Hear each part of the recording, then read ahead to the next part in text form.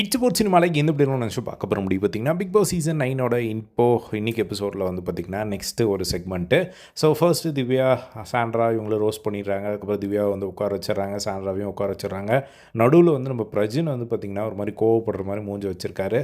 அவரை எழுப்பி விஜய் சேதுபதி வந்து பிரச்சனை இந்த மாதிரிலாம் கோவப்படாதீங்க, நீங்கள் ஒன்றும் டென்ஷன் ஆகாதீங்க, சப்போர்ட் வராதீங்க அப்படிங்கிற மாதிரி வந்து சொல்ல நான்லாம் டென்ஷன் ஆகலையே அப்படிங்கிற மாதிரி வந்து ஒரு மாதிரி பேசுகிறாரு. அப்படிலாம் பேசக்கூடாது பிரஜன் நீங்கள் அப்படிங்கிற மாதிரி வந்து சொல்ல, இல்லை சார் நான் வந்து ஒன்றும் டென்ஷன் ஆகலையே அப்படின்னு, உட்காருங்க பேசக்கூடாது அப்படின்னு சொன்னோடனே சரி உட்காரேன் அப்படின்னு சொல்லிட்டு உட்காந்துட்டார். உங்களுக்கு தனி செக்மெண்ட் இருக்குது அப்படிங்கிற மாதிரி சொல்லி அவர் ஒரு மாதிரி வந்து செம்ம டென்ஷன் ஆனதை பார்க்க முடிச்சுது.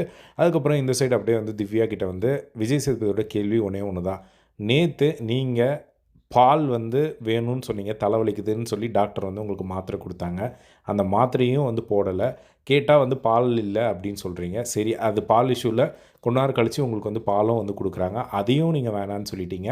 அப்போ வந்து நீங்கள் உங்களை என்ன சொல்லியிருந்தால் நீங்கள் அந்த ஜெயிலுக்கு போயிருப்பீங்க, எனக்கு அது கேன்சர் வரணும், நான் இப்போ பிரேக் விட்டுட்டு நான் திரும்பவும் வரேன், நீங்கள் எனக்கு ஆன்சர் கொடுக்கணும் அப்படிங்கிற மாதிரி விஜய் சேதுபதி வந்து சொல்லிவிட்டு அவர் போயிடுறாரு.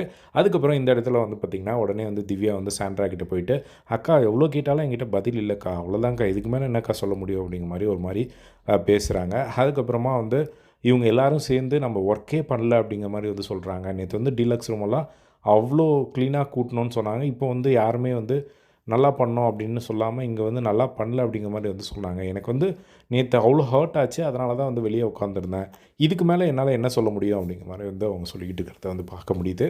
ஸோ என்னன்னு தெரியல, இது எங்கே போய் முடிய போகுதுன்னு தெரில. ஸோ இதை பற்றி உங்களோட ஒப்பீனியன் காம்போக்ஸை ஷேர் பண்ணுங்கள். இதே மாதிரி எல்லாம் பிக் பாஸ் அப்படி தெரிஞ்சுக்க நம்மளோட சேனலை சப்ஸ்கிரைப் பண்ணி சப்போர்ட் பண்ணுங்கள். தேங்க்ஸ் ஃபார் வாட்சிங்.